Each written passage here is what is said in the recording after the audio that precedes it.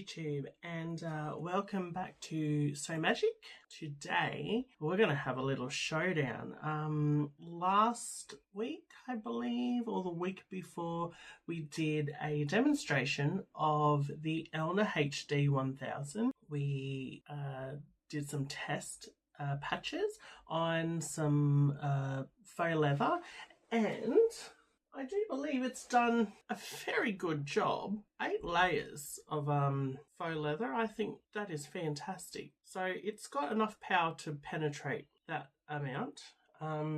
It's a very well-rounded machine. I've been using it for the last couple of weeks. I've been making some bags. I've been making these market bags. I'll show you guys. Look at these cute things. So you can fold them away, you can put them in your bag when you go shopping, and they just fold up real conveniently. So yeah, I've been making them for the last couple of weeks, and I've been really enjoying making them. And I may do a video on actually making one. Now, I'm sorry, but don't ask me if I have a pattern that you could download, because I have no idea how to do any of that, but I will promise that I will learn how to create what I assume is a PDF of the pattern. So I'll make a new master pattern, so it's all new, and I will make a PDF so that you guys can possibly download it, print it out. You just stick all the pieces together and then you can cut the pattern out. And so that's the plan with these bags, is that I will make a master pattern and then hopefully I can pop it online for you guys to download. But yeah, how good are these little bags? These are so much better than those yucky paper bags that you get from the shop that they charge like 25 cents for. It's like, I'd rather this. At least I know it's not going to tear. Only holding 5 things, so I love them. I made a bunch of different colors. I did make this one. This one's a nice one. So I did a Mickey Mouse with a Minnie Mouse inside. So this is the outside and this is the inside. I made a different style with the handles, because these ones have handles that sort of sling over the shoulder, and then I made this guy more like it's like a singlet. I think personally, I feel like this bag sits more flatter against the body. So when you drape the handles over your arm and you're shopping, I feel like it sort of drapes against the body much nicer. Although if you do put it over the shoulder, it kind of sits awkward. So I'm making 2 different versions, and all the difference is that with the straps going this direction, the other one, you join this end of the strap to this one. So you join those 2 together, and then you join these 2 together, and so they're separate here. And then that gives it the more shoulder sort of strap. This is the other type, and I don't know, I think I like that more. That's my little baggies that I've been doing, my little shopping bags. Thanks to a friend of mine who gave me her bag to borrow so I could make a pattern from. Thank you to my friend Monica. So today we're going to have a look at this pink Singer heavy duty 4411. Quite a few people have asked me about, is it really strong? Does it go through, heavy duty products like they say they do? Is it truly heavy duty? Look, it's a heavy duty domestic machine. Just like the Elna, it's a heavy duty domestic machine. And like a lot of sewing machines that have the heavy duty name, it just means that they are a bit more tougher than just your standard sewing machine. I've got a little brother, JS1400. That's just a basic sewing machine. It does have a metal frame, but it doesn't claim to be heavy duty in its title. I believe that it's pretty good for what it is. I mean, I think it only has like a 50-watt motor, so it's not going to be powerful in terms of piercing power. These Singers are 90 watts, so My Elna is a 60-watt machine, but inside on the motor case, it actually says 70 watts. So yeah, that's the difference. My Singer Heavy Duty computerized, that is a 90-watt machine, but it has a digital motor. So yeah, go figure. We're going to have a look today at my beautiful pink Singer 4411. Oh my god, it is raining. It's a wonderful machine. I like it. It's a great basic machine. It has 11 main stitches. It is exactly the same as the standard grey 4411. The only difference is that it's pink, and I love it. They do have another model that I really would have loved to have gotten, and it was the 4452 Rosewater Pink, which is more of a lighter pink, but it is basically the same as the 4432, so 32 main stitches. And the difference between the 4432 and the 4452 is that what comes in the box. The 4452 sometimes comes with like the extension table, a few extra specialized feet, where the 4432 doesn't come with those extras. So but the 32 and the 52 are basically the same machine. And my cosplay over in the background here, this is the cosplay 6355M, and basically it's exactly the same as the 4432 and the 4452. The only thing that makes it different is that it's the cosplay edition, so it has the cosplay comic livery, and then it's got the white body with the red dials. And then it did come with this extension table, and it came with some specialized feet. It came with a side cutter, walking foot, and a non-stick Teflon foot. So this guy came with a lot of extras, and I got this at Spotlight for $350 because it was a display model.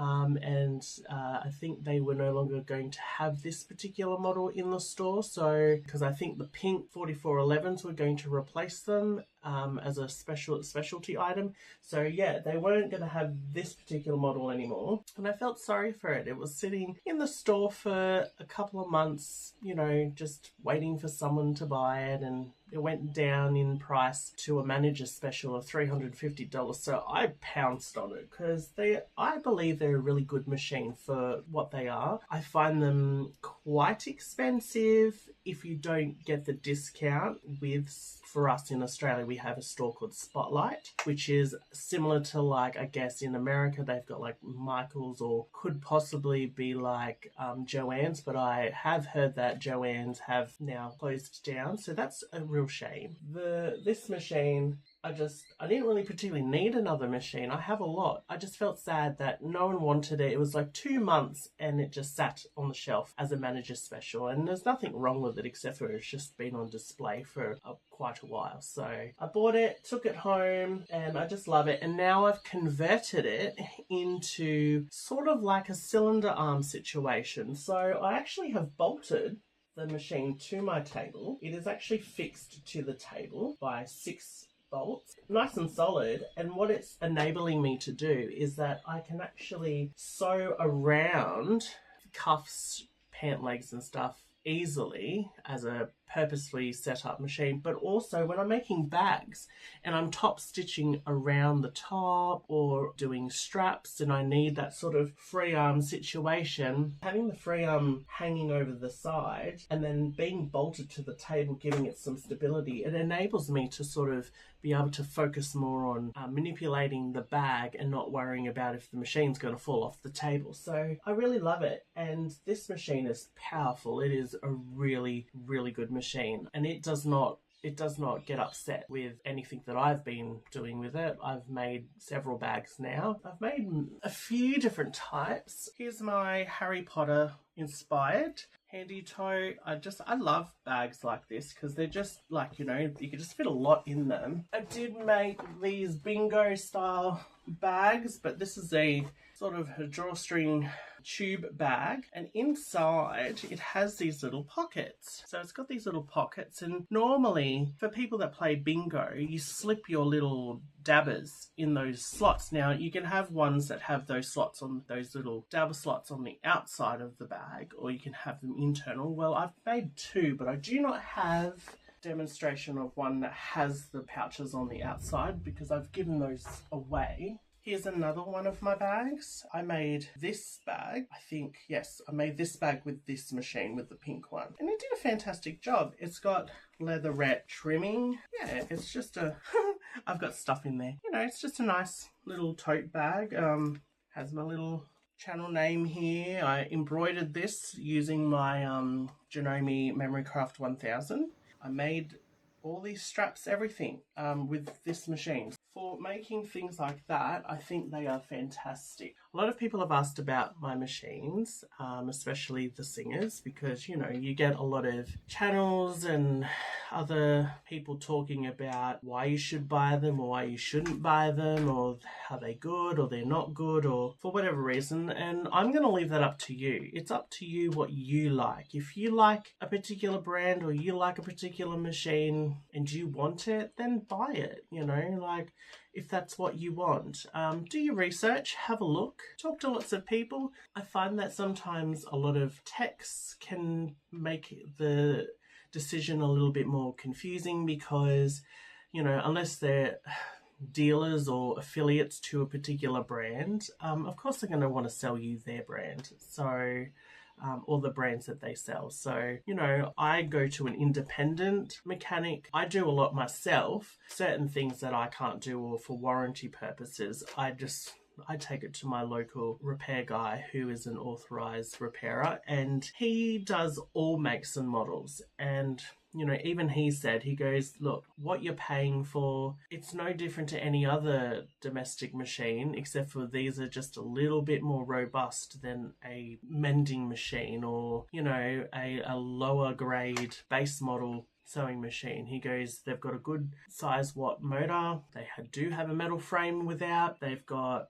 especially these, if they're made in Vietnam, they've got proper oiling pads inside them, like Janome's and Brothers. They normally, good quality machines will have felt pads on all of the drive train of the machine where there's the bushes. Those pads or oiling pads help keep those bushes lubricated. Now, these machines are all my singers are made in Vietnam, and they all have those oiling felts. I did see online and from other channels that the Chinese version of this machine, if you buy them from companies like, I don't know, Amazon or AliExpress or whatever, they tend to be the Chinese made ones, and they for a long time did not have any oiling felts in them. According to one of the channels that I do watch, the sewing machine repair guy, I think that's his name, Wes, he has opened a machine that was made in China, and it actually had the felts in it, be it that those felts, I think one of them was not placed correctly or they weren't in position properly. So, but the fact that they're including them now is a bonus, but I do hear that they are quite problematic. I just stick to making sure you buy the ones that come from Vietnam. This is a beautiful machine. It's the 4411 pink edition, and we're gonna have a go at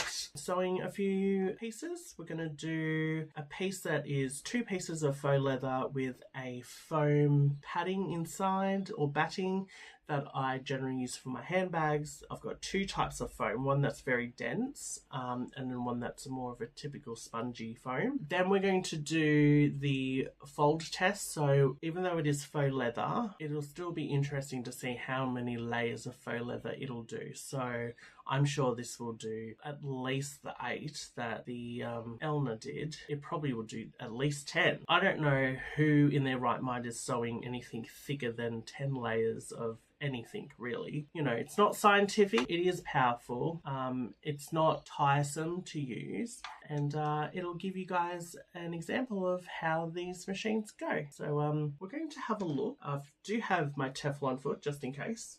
I do have this on a flatbed table. I love having my flatbed table, and this extension table is actually belongs to my cosplay machine. So I didn't particularly want to buy another grey table to go with this machine, even though this machine does have grey dials. I just wish they made a pink version of the table to go with my machine, but they don't. So if you need to buy an extension table for your 4411 in the pink, it will generally be a grey. I'm pretty sure you can buy the white one on their online store, and I'm sure they'll have a white one available. Unfortunately, they don't have a pink, so there's that. First port of call, we're going to do some leather sandwiches of faux leather and some foam batting. Okay, so just typical, foam batting for bags. It's about that thick. Got some leather to do the fold test with.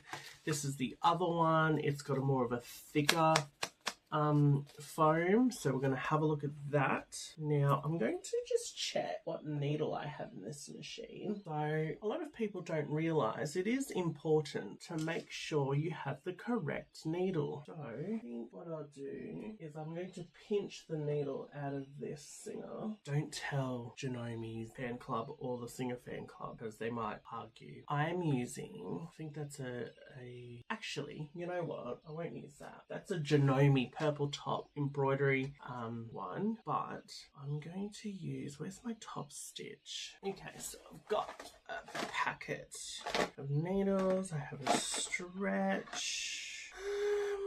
Microtex 137 universal denim. Okay. So we're going to be sewing with leather. I'm going to use the leather needle. Now that it has red and brown, and I don't have one already installed, so that's what I'm going to do. I need to buy some more. Note to self, buy more leather needles. Now, it doesn't matter what brand, people get hung up on, you gotta use that brand's needles, blah, blah, blah. I use whatever is affordable, because sometimes, needles aren't too expensive. They really aren't. I'll buy the proper brand needles if they're not ridiculously expensive, but, see how you go. I mean, I've used nearly all of my various Janomi, Schmetz, Organ, Singer. I've used all those needles in every machine I have, so I've never had any of them complain, truthfully. So what have I got here? I think that is a purple and blue. So purple and blue will be a denim. So I'm not going to use the denim one, purple and blue. I'm going to use the leather because we're doing leather today. The main thing is use the correct needle for the work you're doing. So if you are using stretch lycra, use a stretch needle. Makes sense. You can get away with the universal with a lot of things, but depending on your thread, if you're using a thread that's actually quite thick, then you may have to change up to a needle that has a larger eye. But yeah, so I've got my Tex 40 thread. So this is my bag making thread. So I'm using the same thread I used in the Elna HD1000. Now, a lot of people struggle with bobbins for some reason, or bobbin placing. Top loading machines, the thread comes off on the left side, okay? So front loading, side loading machines with a metal bobbin case, they normally come off on the right side. So they make like a letter Q. But on top loading machines, they generally load making the shape of a letter P. So they come down on the left side. So when you place it into your machine, I will actually, you know what I'll do? I'm going to move you guys so you can see what I'm doing.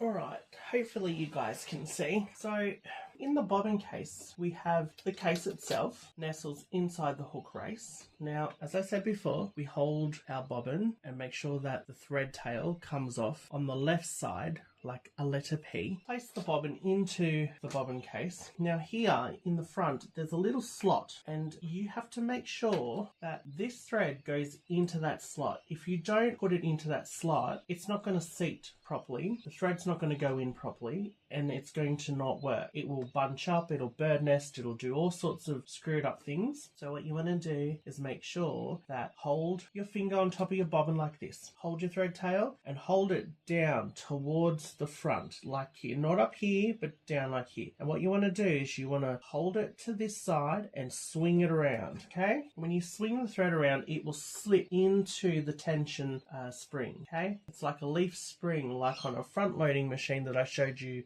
with the Elna, but instead of being front loading, this is top loading, and it will slip into a little leaf spring, and this is what gives you the tension. So you slip it in till it slops in, and then you hold the tail towards the back, and you can test that it's in by just slowly pulling the thread. And if it pulls and the bobbin spins anti-clockwise, then it appears that I have seated my bobbin correctly. Okay, so that's that. Then we place our little door on top. Now I need my thread tree with my Tex 40 from Proso. Here's my bag making thread that I use. It is 100% polyester, I think, and it is a 40 weight or a Tex 40 1300 meters. Okay, and it's been a fantastic thread. Like, I've made all my bags with it and it hasn't been problematic at all.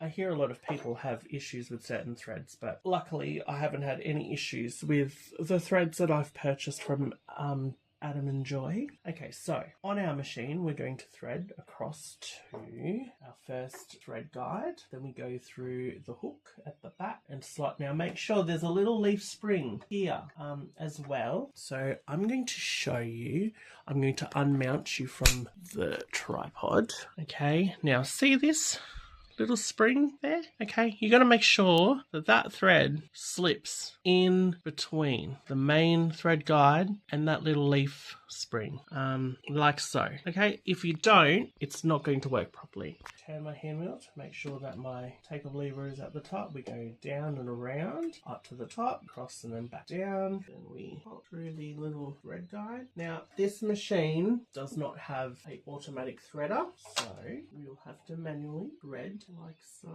Now, hold on to your thread tail and we're going to pick up our bobbin. So we're going to rotate towards us and wait for that thread to pass around, and then you can just gently pull up on the top thread and the bobbin thread should poke through the slot in your presser foot and you'll be able to pull it all the way through. Okay, just like that. And then we pop them to the back. All right, so let's try this guy first. 2 pieces of faux leather, standard foam padding, and let's see if this machine sews it well. Or now I do have a standard foot. I did use the non-stick foot on the Elna, so to make things fair, because what will happen is that the metal foot on most machines, on any vinyl or leather, they tend to stick, you know, they kind of create a bit of a drag effect. They kind of drag and they stick, and it can stop the work from feeding through. So if we pop the non-stick foot, this actually slides, it glides, so it won't have a problem with feeding. We will, for the sake of consistency, we will put the non-stick foot on. We have our leather needle and our Tex 40 thread. All right, now we're going to set our machine to center needle position. We've got a tension of 4. Now I'm using a Tex 40, so I feel like I may need to make the top thread a little tighter because our bobbin is the same thread. It is a Tex 40, and so it is thicker than a standard thread, so that means that the tension is going to be tighter in the bobbin area than standard thread. So to compensate for even tighter tension for the bobbin, we may, because I don't think this machine is very readily easy to adjust bobbin. No, I think they actually glue them to prevent them from backing out or getting loose. So that bobbin is actually quite firm in place. So to help compensate for a tighter bobbin thread, we are going to change the top thread tension to about we'll go a 6.5, and we'll see how that goes. That way, hopefully that the tension will kind of be even for both sides. A normal adjustment will be about a 4, so that's about smack bang in the middle of standard thread tension. Well, this is being a Tex 40. I feel like, oh, actually, yes, no, because the bobbin is feeling quite firm, so I feel like, yeah, we'll do a 6.5. I feel we'll do a 6.5, and we'll see what it looks like. It might not like it. So we've got our straight stitch menu. We have a length of 3 millimeters, and I think we're ready to go. So like most of these heavy duty singers, this has a little bit of extra lift, not much, but just enough. Through, so go. Now I'm going to hold on to my tails, and like the Elna and other machines, and like most of my projects that I do prefer to sink the needle into my project before I start. I don't sort of start with the needle in the uppermost position, because that sets you up for the top thread to be pulled all the way back out of the needle, and then you'll have to rethread your machine, and it drives you crazy. So it is important that to help prevent that from happening, just start your work with the thread, or start with the needle already in your work. Now, with most machines, as you could see that thread passing the bobbin, it is important that you wait for that thread to pass all the way around. Now, if you've already come to the end of your work, that's fine, but just hand crank your hand wheel so that you can make sure that thread has passed all the way past, okay, and that the take up lever is all the way up, because what happens is if that thread is only halfway past the bobbin, it will get caught and you won't be able to pull your work out. So just a little note, make sure that when you do want to take your work out, just make sure that that thread is all the way past if you notice it, or if you do see it in front and you can see that it looks like there's two threads, make sure that the circulating thread has gone all the way around, which is your top thread, and make sure that your take-up lever is in the upmost position. That means that it has run the full cycle and you should be able to pull your work out. We'll lift the foot up and we can pull our work out. Okay, so let's have a look and see how she's done.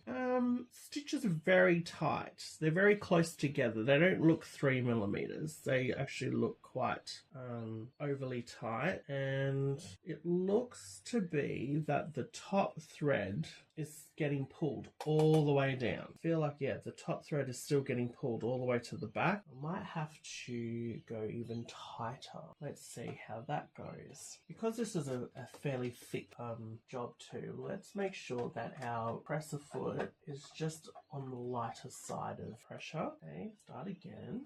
You sink the needle through and we're going to start. Okay, so looking a little better. The balance isn't too bad. It looks pretty good, but I feel like that's not doing a 3mm stitch. So it looks better than the first one. Quite possibly I don't have enough foot pressure, so let's heighten that a little more and then we can test again. Okay.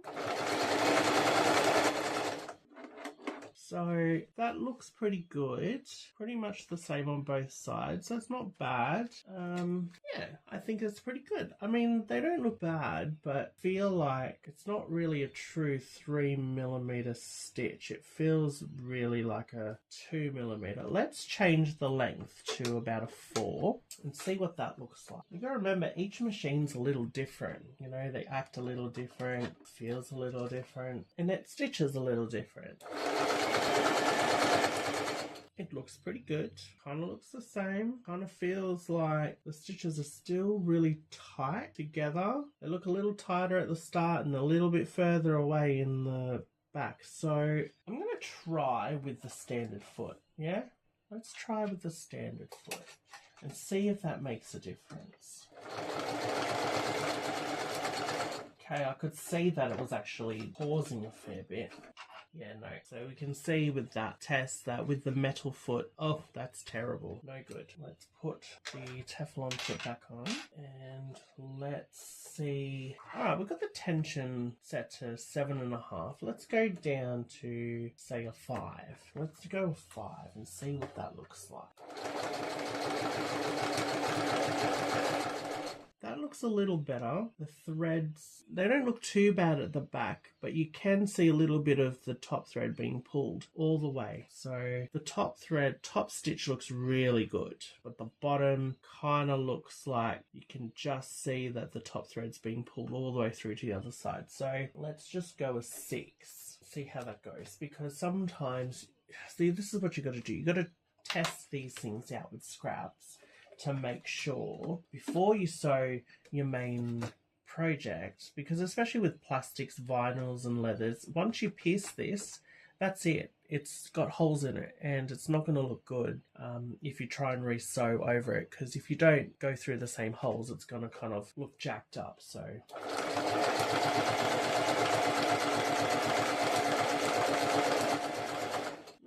not bad, not bad. Still looks like I've got a little bit of too much top thread poking just enough through. So, maybe I may have to see if I can loosen the bobbin, because it feels like the bobbin's just a little too tight. What we'll do is I'm going to grab my little screwdriver and we're going to take our foot off, and then we're going to unscrew our needle plate, and now we can remove our bobbin. Okay, so I'm having a look at this bobbin case and I can see that it's been glued. This particular machine, that bobbin case is not adjustable. Now what I would do, because it looks like the top thread keeps getting pulled through to the back side, which generally means that the bobbin side is tighter. Now I could put a screwdriver and loosen that against the case. I could loosen that screw and adjust the tension, the fact that I'm using a Tex 40 thread, but should I do it or should I just leave it the way it is? Actually, you know what, let's have a look.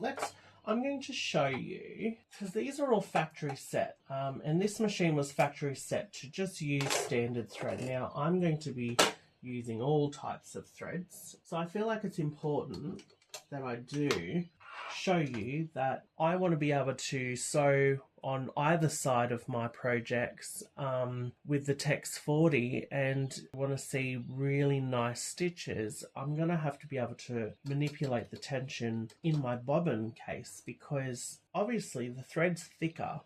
Now I could mitigate that issue by using a thinner thread for the bobbin, and I could use the Tex 40 for the top. But if I'm sewing kind of in a reverse fashion where the bobbin thread is going to be showing on the outside of the project, well, that means that the smaller thread or the thinner thread will be on the outside and the thicker one will be on the inside. And when you're top stitching, you kind of want it to look the same on both sides. So, all right, I'm going to do that. I'm going to show you guys how to do this. Now, this is how you adjust. First of all, I'm going to loosen the two set screws that hold this little tang in. This is what stops the case from coming out and spinning around. You have a little spring that keeps tension on the case, and as the thread comes around, make sure that the gap between this little finger and the spring tension is just enough. It only wants to be no wider than the head of the screwdriver. You don't want it any wider than that. So you want that sort of space between to be about as wide as the tip of the screwdriver, okay? So that's going to be thick enough for the thread to pass through. Then you can move this arm across so that it sits up against your case here, and then you tighten those screws, and that way you have set your bobbin case in the correct position. So now that I've loosened those, I should be able to take my case out. Now if we have a look, we can see we have the main set screw that's hold the leaf spring inside. That's what keeps the tension. That's the main screw that holds the whole mechanism in. And this is the actual setting screw. This is what gives you the actual tension to your bobbin. Now, I want to be able to do projects on this machine that I can do my Tex 40. So I'm going to remove that glue. Now it's up to you if you do this to your machine. I don't take responsibility for what you do with your machine, but I'm going to do it to mine because I find it necessary for my bag making. Otherwise what happens is that this machine will not produce nice stitches if you don't adjust adjust your tension on your bobbin when you're using thicker threads, because it's all about a balancing act. You want to make sure that the balance of the top thread and the balance of the bobbin is exactly the same so that you can perform nice clean stitches. If your bobbin's too tight, it will pull your top thread all the way through to the back, which means that you will have to tighten your top thread. And then sometimes if you tighten too much of your top thread, it ends up being actually, it makes the stitches look ugly, and it makes it look way too tight.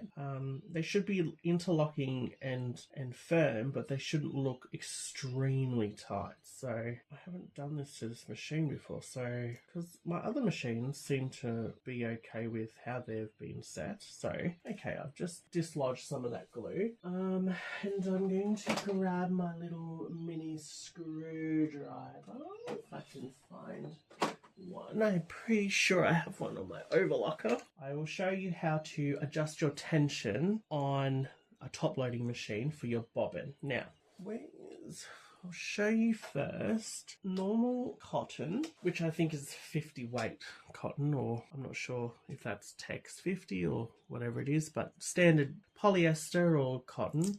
So if you guys can see that little slot there, that's where the thread's got to run through. So as I said, we got to make sure that your bobbin is in the shape of a P. This will sit in the machine this way, and then we pop our bobbin in. Now it goes into that slot and around, and then it comes back against itself. Now, to feel the tension, you generally hold it whilst it's in the machine. You normally just pull the thread, and it should just feel firm but not too tight, right? It should feel firm but not too tight. Now, that's for thread that's this thick. You can see the difference between a Tex 40 top stitching thread and a standard cotton. Okay, it's almost at least double the thickness. So this is something you will have to do if you change your machine settings. Now, some machines have a little hole in the side that allows you to automatically change. This machine doesn't. So I'm going to set this to somewhere in between. It should be a happy medium. Okay, so pop our bobbin in. I'm going to pass that through. I'm going to pull. Now, that is very tight, so I'm going to loosen. Oh, that's the wrong screwdriver. Okay, let's see if this one will fit. I'm going to loosen by a little turn, and I'm going to pull. No, that feels still too tight, so we're going to loosen more. Okay, we're getting there, a little bit better. A little bit more. Okay, that feels a lot better. Yeah, that feels much better. You should be able to sort of pull it lightly, and it should feel some resistance but not too tight. I want to make this happy for both my normal thread and my Tex 40. So pop that in here, pass that through here. Now let's see what that feels like. Okay, that still feels like there's good resistance. Doesn't feel too loose, but it feels good. Okay, so I feel like that's a good spot. So we'll leave it there.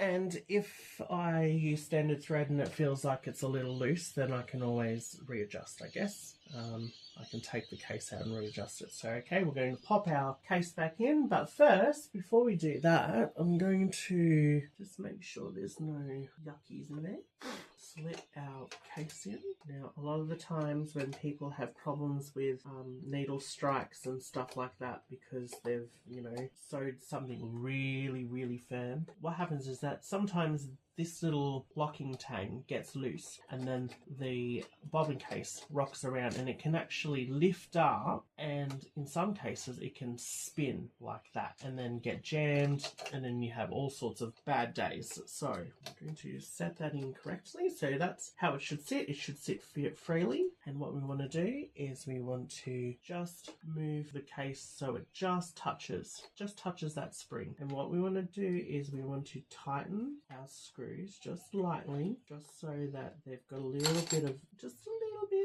pressure.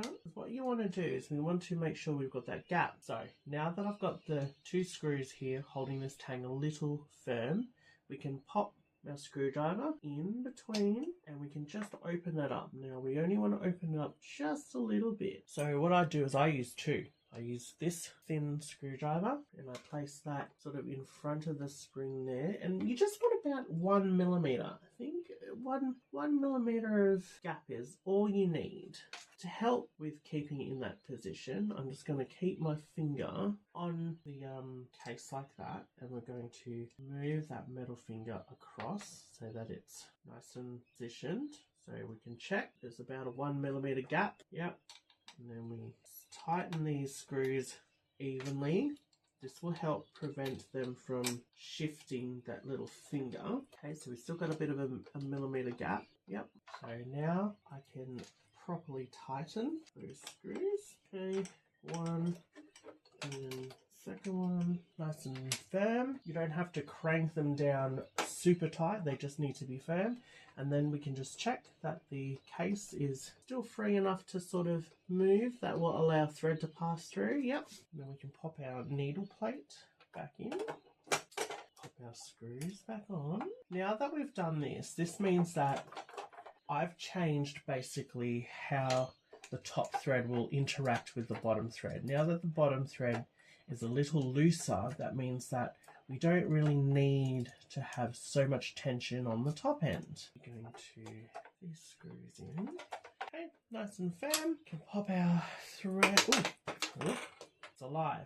We can pop our thread back through. Now I'm just going to wind some of this back onto the bobbin because it has unspooled a fair bit. Okay, same again. Put your finger on there, hold the thread towards, and then wrap around. Okay, now when I pull it, that feels much better. Okay, it feels firm but not too firm. Okay, it should feel like there's a bit of resistance, but not, it shouldn't feel hard to pull through. Pop that through. We can then pop our foot back on. So I feel like from factory, that case was adjusted on the tighter side, which would be okay with standard thread, but using a Tex 40, it's just way too tight. So we will bring that thread through. Right, let's try this again. Pop our work under. We're going to pop our needle down. Now I'm just going to put it close to the back there. So needle down. And off we go. It looks like it's done the trick. I feel like the bobbin tension was on the tighter side anyway, but as you can see now, looks like the stitches are much better. Bottom stitches look good. They're all about the 4mm length, which is nice. It does look like the bobbin's actually being pulled up all the way to the top side now, so that means that the tension is too tight. We are on a 6, so let's change that back to a 4 and we will see what that looks like.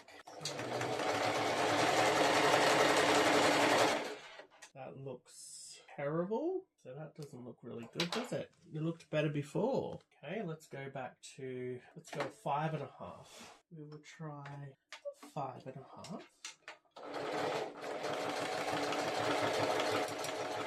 And maybe we try 4.5. Because I don't know, it kind of feels like it's still a little bit like that was the best one was when it was on 6. So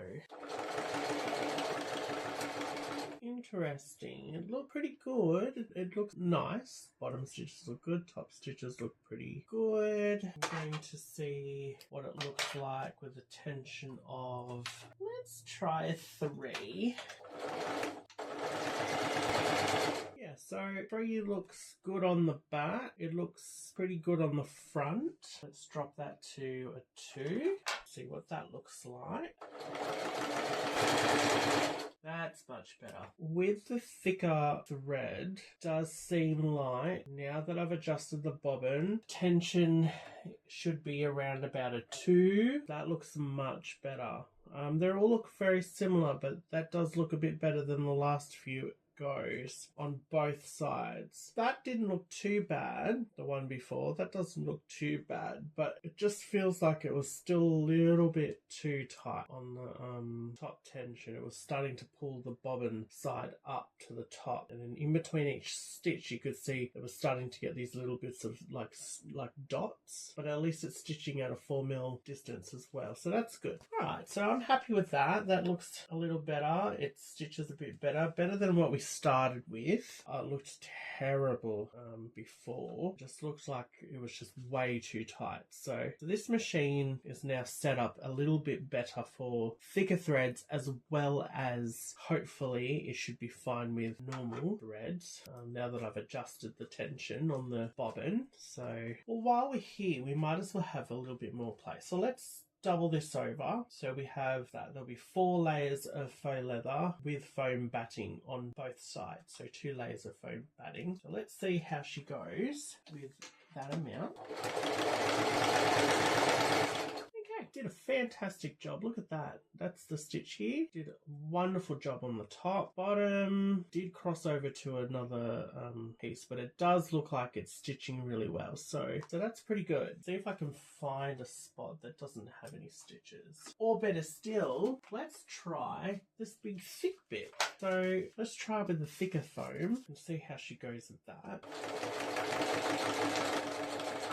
Lovely. Look at that. Top stitch, beautiful, nice and even. Bottom stitch, beautiful, nice and even. Excellent. Let's fold this over. So we got a bit of a sandwich. Actually, let's not do that. Let's cut it in half. That way we don't have the risk of a bubble. So let's cut that in half. Let's see if it'll fit. 2 foam, 4 leathers. Now, this may be challenging because the foot doesn't go any higher. No. Okay, so I think we've reached maximum thickness for underfoot.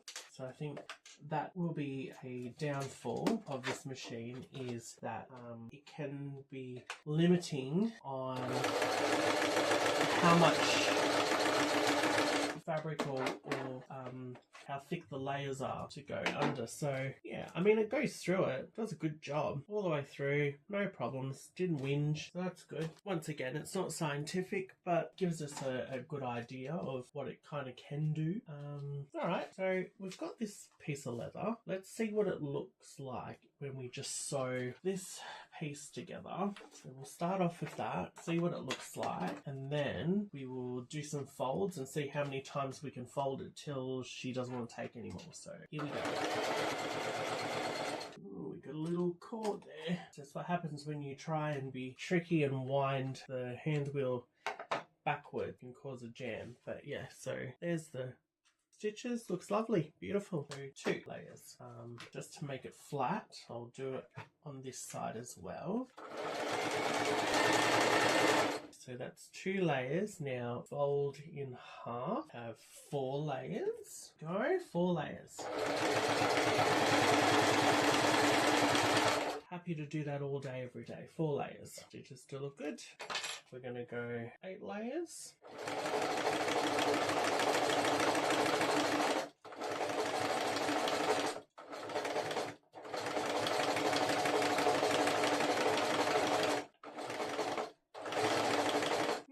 That's 8 layers. That's pretty good. She happy to do that. 8 layers. Alright, let's cut that in half. So 1, 2, 3, 4, 5, 6, 7, 8. Now, dare we try? Can we fit 16? Do we think we could fit 16? Oh, I don't know. I feel like we're really forcing it now. Don't think we can fit 16 layers, but I really want to try something a little bit more firmer. So let's trim this off. We're going to have 4. So we've got 8 layers there. 8, 9, 10. So let's do 10 layers. So that's 8 plus 2.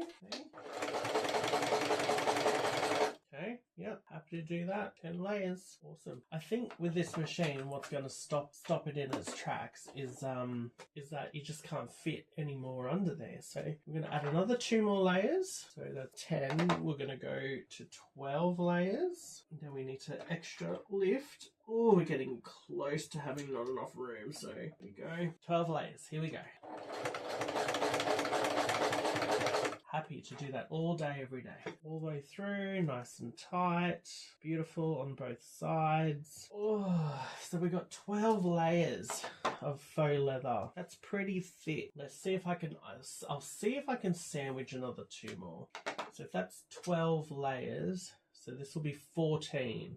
And I don't know if it's going to fit under the floor. It's very tight. If I hand crank, okay, I feel like needle's deflecting, so it needs to get a little bit more. Okay, we get 1. Ooh, okay,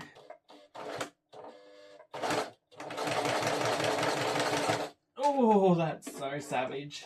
I feel like the needle was starting to deflect as I was going through, because the presser foot was sort of leaning like this, and it just, as soon as the needle pushes through, it deflects. So that is 14 layers of faux leather. Yes, it's pretty thin, but for something this thick, there's nothing to sneeze at. That's pretty thick, like 14 individual layers sewn back to back. That's pretty impressive for a domestic machine.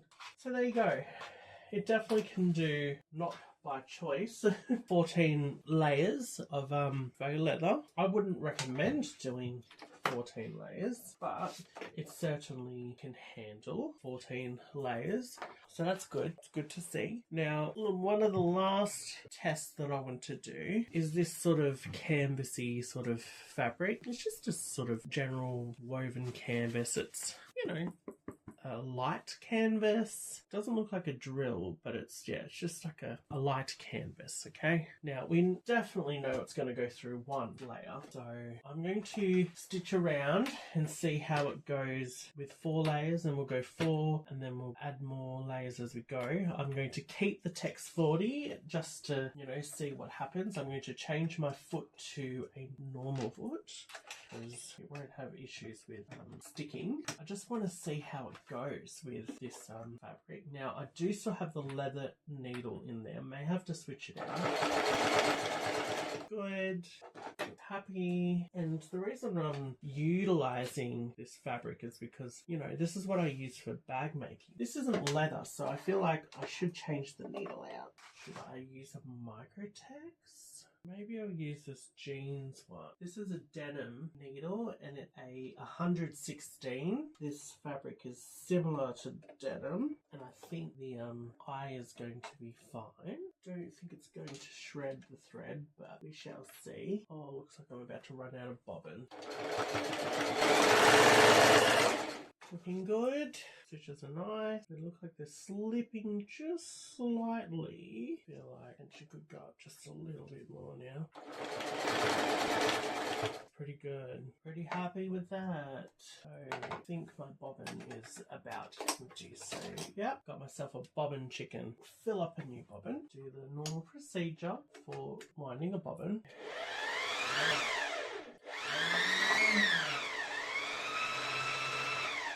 Okay, let's continue on.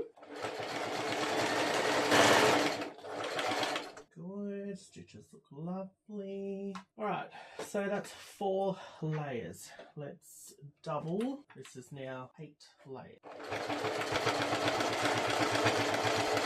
No sweat. Pretty good. 8 layers. So double over. 1, 2, 3, 4, 5, 6, 7, 8. 8 layers of light canvas. We're going to double it over and do 16 layers. Let's see if she can handle 16 layers. Okay, middle down, and here we go.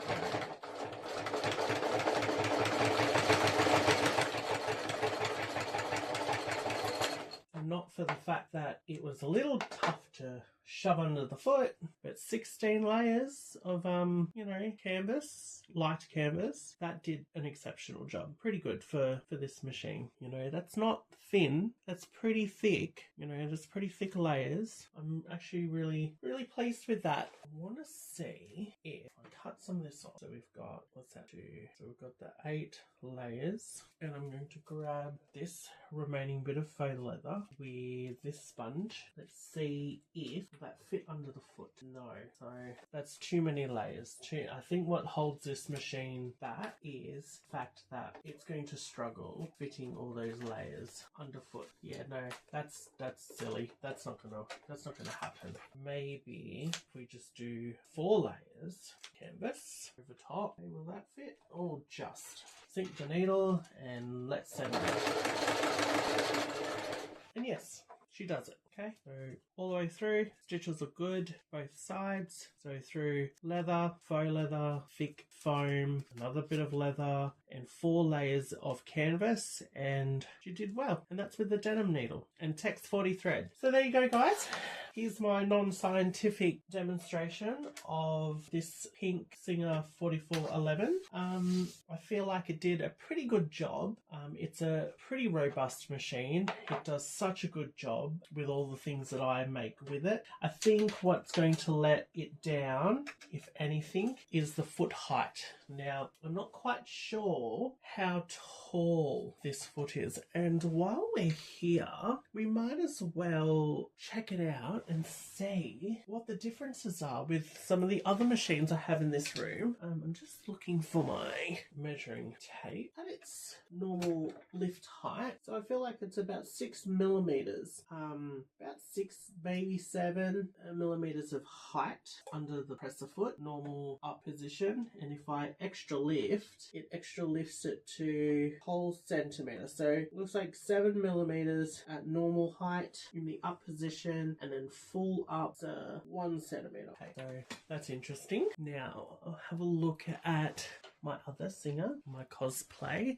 Let's have a look at what this one does. I'll just pop its little bobbin door back on, and I think I put in. Okay, so what I'm going to do is I'm going to spin you around so you guys can see. Let's see how high this one is. We are at, I'd like to say, yeah, I think it's the same, 7 millimeters at normal height, and then with the extra lift, 1 centimeter. So those two machines are exactly the same when it comes to the height. Let's have a look at some other machines while we're here. I'm going to zoom you out. So my grey computerized is, so probably about 7, once again, 7 millimeters. So 7 millimeters high, and then with the extra lift, 7 millimeters extra lift. Okay, this one lifts a lot higher. So 7 millimeters standard lift with an extra lift of 12. So it can lift up to 12 millimeters. So it does have substantial underfoot space for the extra lift on the computerized. So there's a difference between my Janome Memory Craft. Have a look at that. It's a high shank machine, just a fraction over a centimeter. Does have the embroidery foot on. Let's be fair. I'll take the embroidery foot off. I'll put the standard foot back on. For comparison, definitely not scientific. So it's standard height, 5 millimeters foot level, and then with the extra lift, just on 13. So it has a 13 millimeter lift at full height with a standard of about 6 millimeters at normal rest. And then if we have a look at the Elna HD1000, I'm just going to level the foot. Standard height is about 4 millimeters to about 4 millimeters underfoot, and with the extra height it is just a fraction over 1 centimeter, so probably about 11 millimeters with the extra lift, just on 11. On the Janome SW 2018, which is basically the twin of the Elna, this is the original sort of, I think it's an 80s generation machine, but its height is about 5 millimeters, and then with the extra lift, just a fraction over 1, so 1 centimeter, 10 mil with the extra lift. This brother, that's giving me about 4 or 5 millimeters at rest. At full height gives me about 11, maybe close to 12. It's hard to see. 12 millimeters of space with the extra lift. There you go. The pink and white Singers have identical foot heights, where I swear that the white one had higher. 5 millimeters with 9, so it only lifts to 9 millimeters at extra height, and then the white one is 7 millimeters with an extra height of 11 millimeters. So yeah, the white one does lift slightly higher than the pink one. So there you go. Definitely not scientific, I tell you. But yeah, the little pink one does a good job. It can sew a crazy ton of layers of things. Can't say that it's scientific, but it can do it. And it does it with ease. It did not struggle. It didn't get jammed. It didn't get unhappy. It's pretty good. It's not bad. And to do 16 layers of this thin canvas, I think is pretty good. Just the sheer thickness of this fabric, you know, it did not struggle at all. How do I feel about this versus the Elna? This is way more powerful in terms of the motor.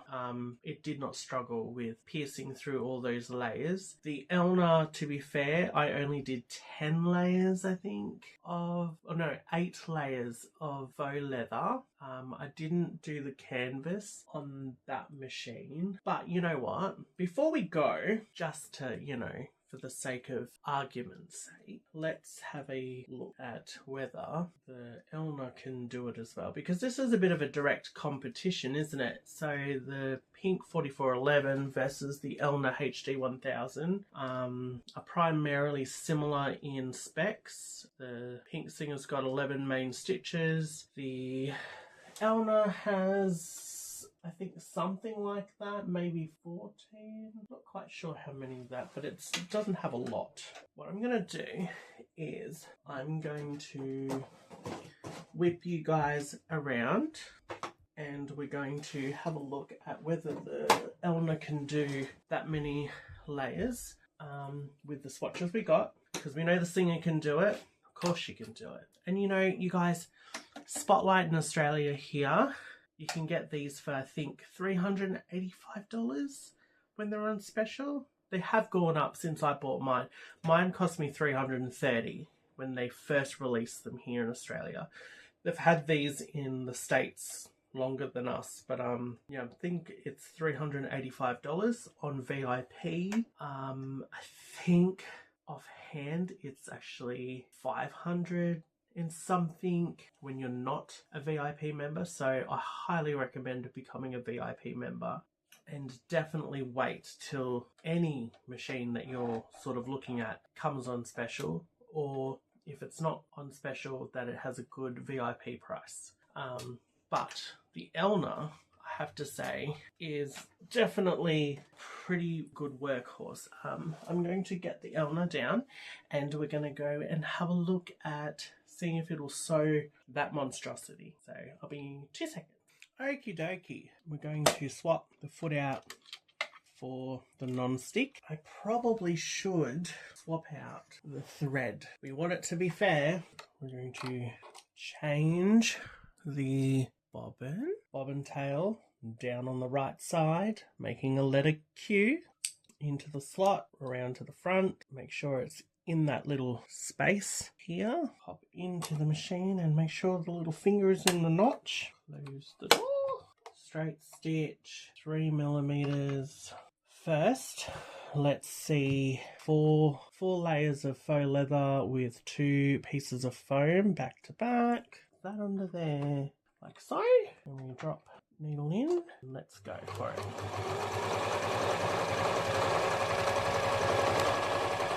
No sweat. Did not like the stitch length. It is very, very close together, and that's at 3mm. So try that again. Let's move that 4, and we'll see how she goes with 4. Where's this 4?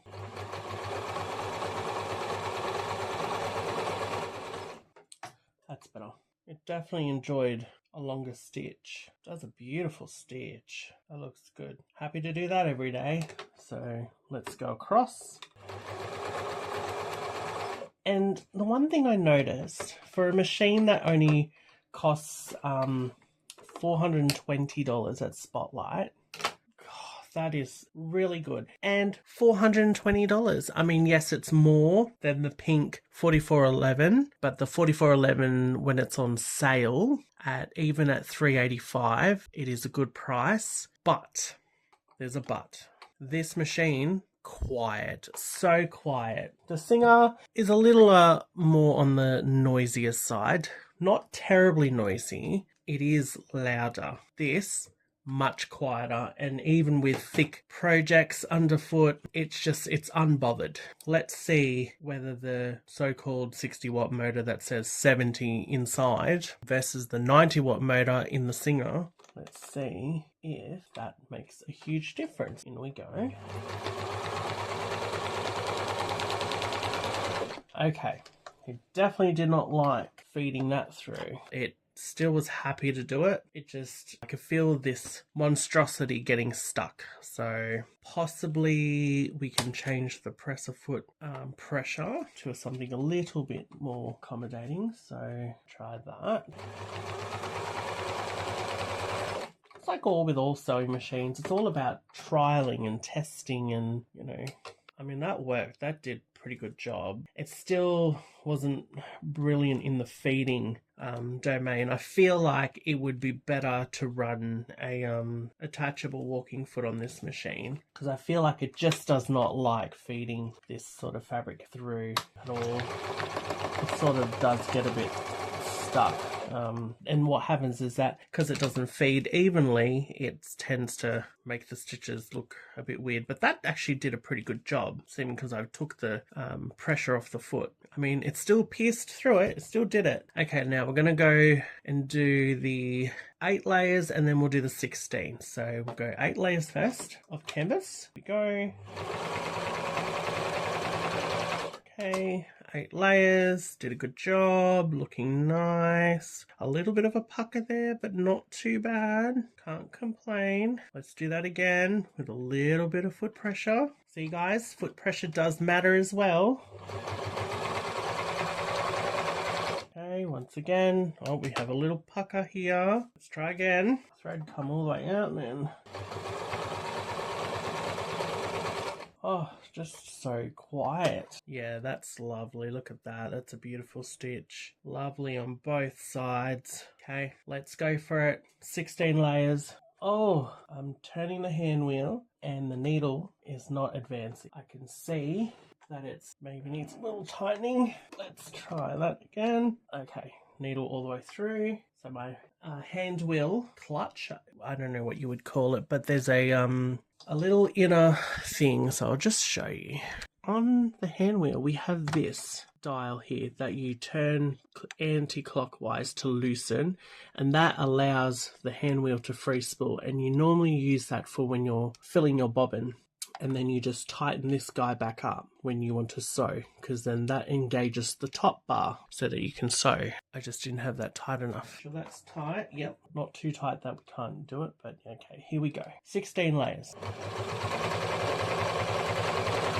Oh, every day it looks like we've had some stitches pop. So I don't know if that's because I'm using the wrong needle, but they started off well, but there's a little pucker right here. Okay, and here. So that's 16 layers. That's a Janome embroidery purple top needle. Let's change that out. I think we're using something that's reminiscent of denim. I think that's a top stitch. So let's try that one. 16 layers. Let's go. Okay, hold the tails nice firm. Sink the needle. Ooh.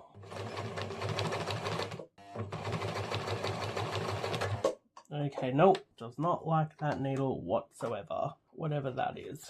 It's got a long eye, so Schmetz. Oh, it's the Schmetz top stitch. Really? And it didn't want to do it? Yeah, top stitch. Schmetz top stitch. Did not like that one bit, especially with that amount of... And it started shredding. Let's try 9014. Let's do that. I think this is just a universal. Maybe also because I've got this Teflon foot on. Take that off. Let's put a standard foot back on, because we are sewing canvas, so we don't need the slipperiness. Sink the needle in. Oh, nope. Don't like that either. So did not like that. That needle was no-go. We'll try the jeans. I didn't try the jeans one. This is a Singer needle, so don't come at me in the comments. You don't have to like it, but I'm going to try it. 16 layers. Oh, no. Did not like that one. I think it did its best with the Janome purple top. Actually, let's measure these. Maybe they're different lengths. No, they're not. The exact same length. I know the Singer's not fussy with needles, but clearly this Elna is. Yeah, no, doesn't. Oh, yikes. Oh, 16 layers is really pushing. Not happy. It's just not happy doing 16 layers. It really isn't. It can do it. It can punch through the layers. It just doesn't like doing it. Now, I must admit, I have not readjusted my bobbin case tension because this machine, you know, you need to constantly adjust those sort of settings when you're changing fabrics and you're changing needles. What tension do I have this on? I have this on a 2.5. So maybe, and let me just double check the bobbin. Maybe my bobbin's too loose. Oh, well, it's not too loose because I've run out. That means there was no tension down there. So that's going to obscure results.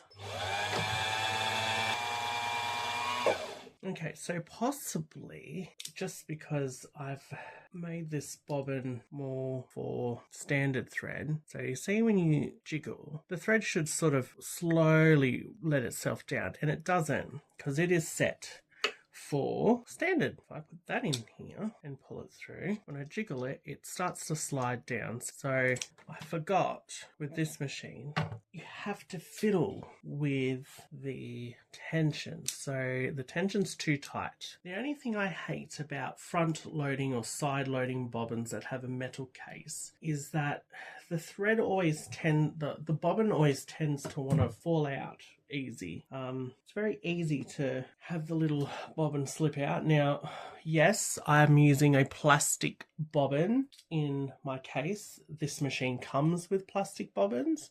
It does not come with metal bobbins. It is designed with plastic, so I'm going to keep it with plastic. Going to loosen.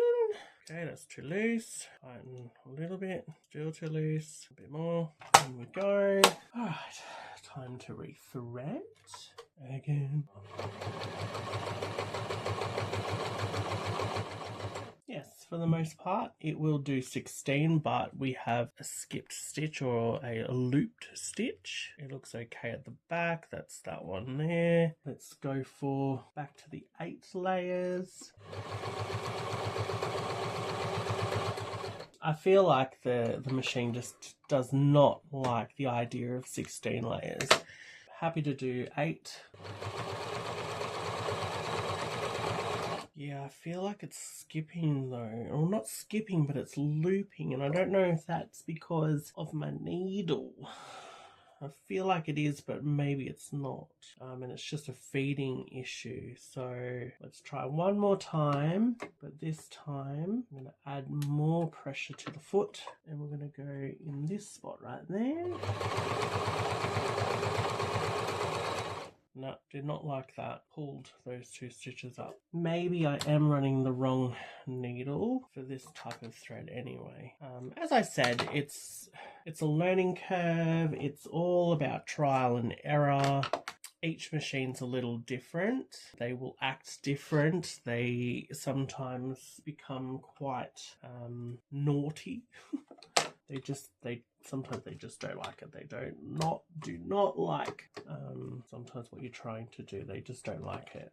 I'm just going to try and do 16 again. Hold the tails.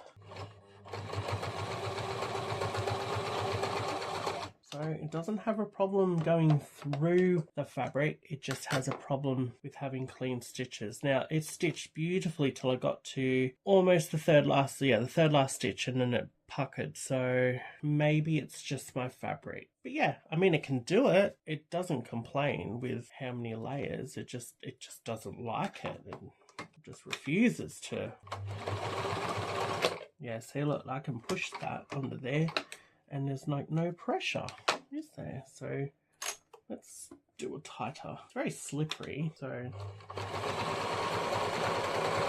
maybe it is just because I didn't have enough foot pressure. Because I know this machine tends to like a bit more foot pressure than normal. So that's the stitch there, and it did really, really well. Didn't pop any of them. No, they look good on that side too. That one there. Yeah, no, it's fine. It's really important to make sure you've got enough foot pressure on certain fabrics, because if they slip around, this is what happens. They pop and carry on. So, well, that's that bit. Let's go back to this bit. Go back to this bit. See what this is with a normal foot. No, see, don't want to go. Take the pressure off. No, did not like that one bit. There you go. The machine can do it. It just does not like it. So I think we might try a different approach with a walking foot. Let's do it. Before we go, let's put a whack of walking foot on. Let's be cheeky and let's try this Singer walking foot. Now, I know you shouldn't use a different brand's foot and this and that and rather and la la la. But you know what? For the sake of trying, I don't think it's really that different. How many millimeters is this? So it should fit. And we're going to try, because that's what we're going to do. We're going to try. Walking feet are great. Let's see if this is going to fit on. Looks like it does, and looks like the teeth do align, because, you know, take the badge off, like take the branding off, it's just a typical I think it's a 6 millimeter or whatever it is, walking foot. It's just a standard walking foot. I think it's a little on the wide side. It's like the teeth only just grab, but you know what?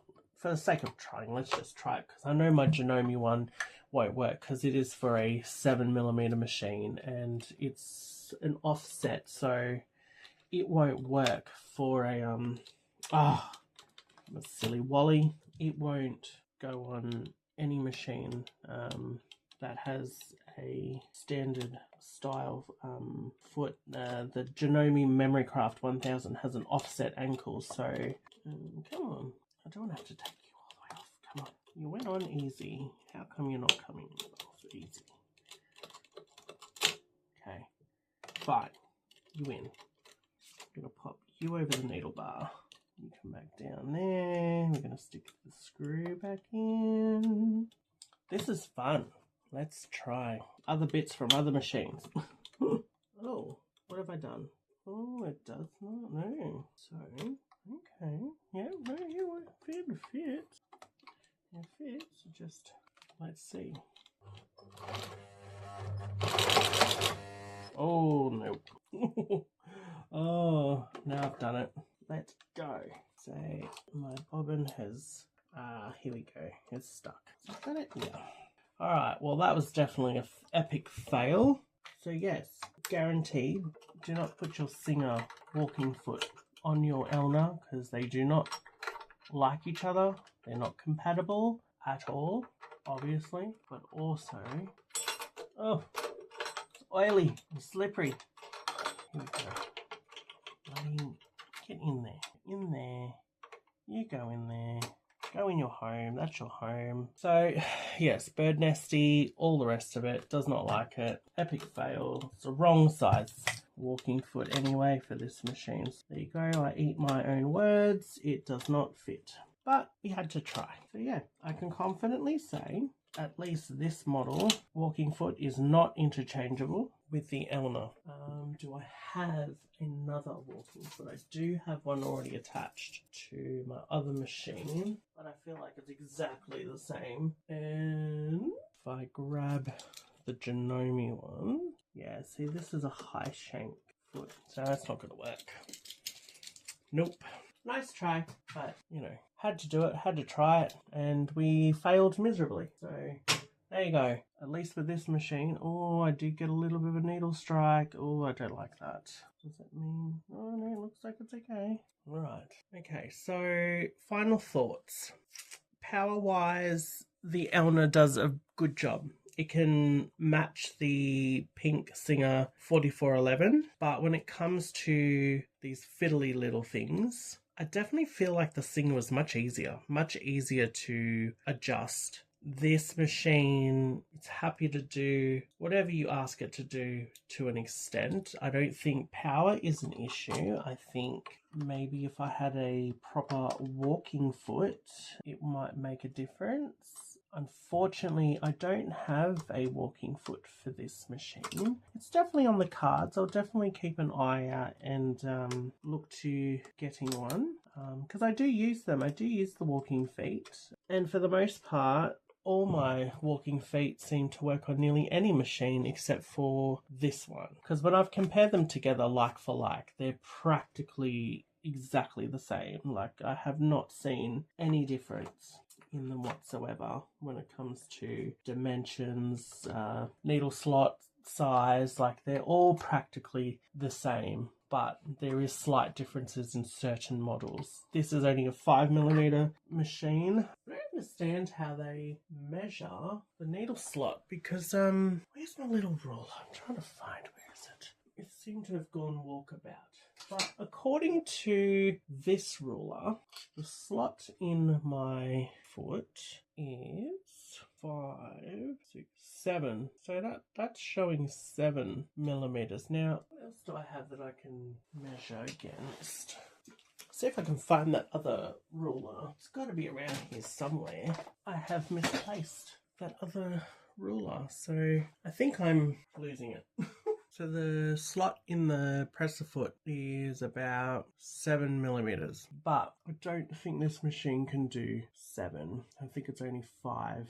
Oh, that feels like it's loose again. Okay, maybe it's a little loose, so one more go. And then we're going to give up because why not? Like all machines, they have their limitations, and I feel like this has reached its limitation. It might have bent the needle out of shape. Let's try that again. Not happy. It's just not a happy camper. Don't want to do it. It's had enough. Which is fair because I think I've had enough. I've had enough trying. So yeah, as I said, these machines can be very finicky.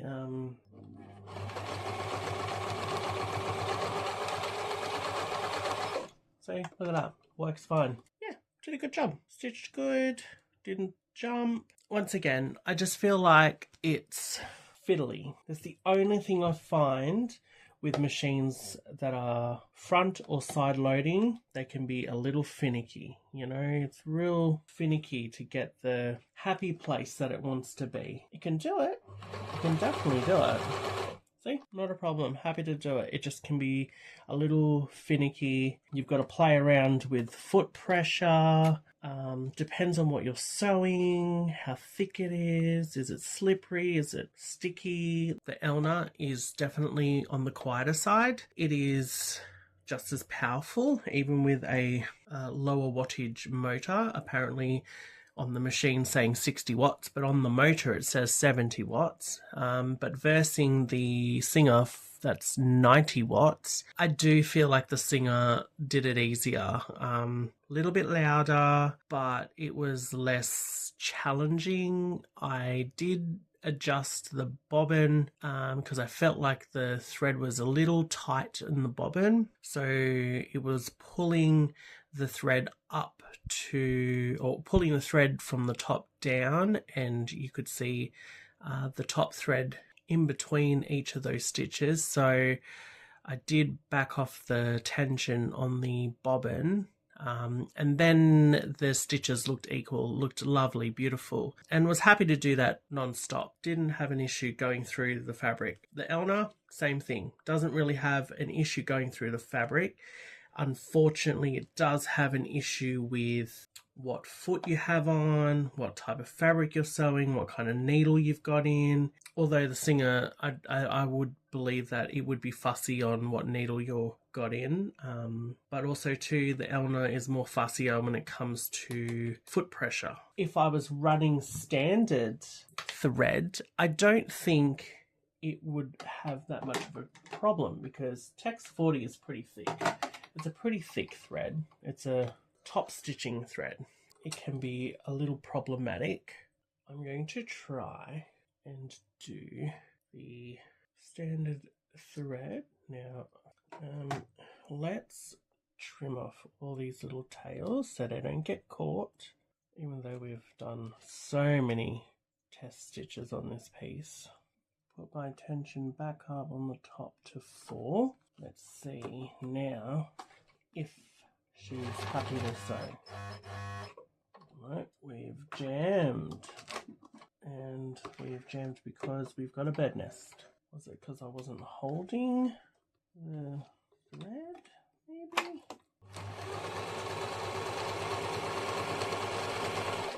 Yeah, so if the thread slips, it just doesn't like it. But it sews lovely. Look, it's beautiful. Exactly the same on both sides. So there you have it. What can I say? It's definitely not scientific, but you can see that both machines have their funny little quirks. I did find the Singer was much easier. Top-loading bobbins always tend to be much more easier to deal with. The Elna, being a front-loading machine, was okay for the most part, but it can be finicky. It really likes to be dialed in, and you really need to do a lot of test sewing first before you do your main project, because I feel like it will play up if the settings aren't on point. But other than that, they're both great machines. They both do the same thing. The Singer is cheaper than the Elna when it's on special, but at normal price, I think the Elna is $600 offhand at standard price, non-VIP. When you are VIP, I think it's for $420 at Spotlight, but you can get it, I think it was on special again for like $385 or something weird like that just recently. The Singer, on the other hand, that was, I think, $385 at the moment. I did buy mine for $330 when they first come out, but they have gone up in price. So I will double check pricing, and I will put it up on the screen somewhere up there or down there or wherever, and that will be the price as effective for today. There we have it. Thank you for watching. I hope you enjoyed this random video. I kind of felt like I had an idea what I was going to do, and then I kind of just went, oh, I'm just going to wing it. But yeah, a lot of people have been asking what's the difference, which is better. For the money, if you can get the Singer on sale, it just seems much easier. It's more intuitive. Being a top loading bobbin, you can see how much bobbin you have left before you know you need to change it. It's really not fussy. It is a little noisier, but it's not fussy. The Elna, smooth as butter. It is quiet versus the Singer, but being a front load bobbin, it can be a little finicky, and it really likes to be dialed in a lot more. Power-wise, the Elna has just as much power, and it has a so-called weaker motor versus the Singer. So there you have it. Thanks again for watching, and I'll catch up with you guys in the next one. Bye!